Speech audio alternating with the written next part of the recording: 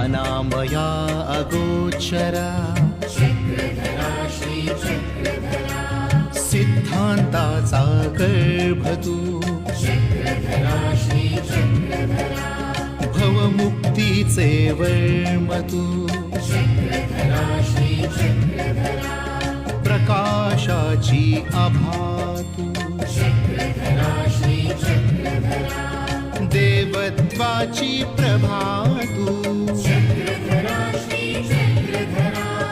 कैवल्याचा दाता तू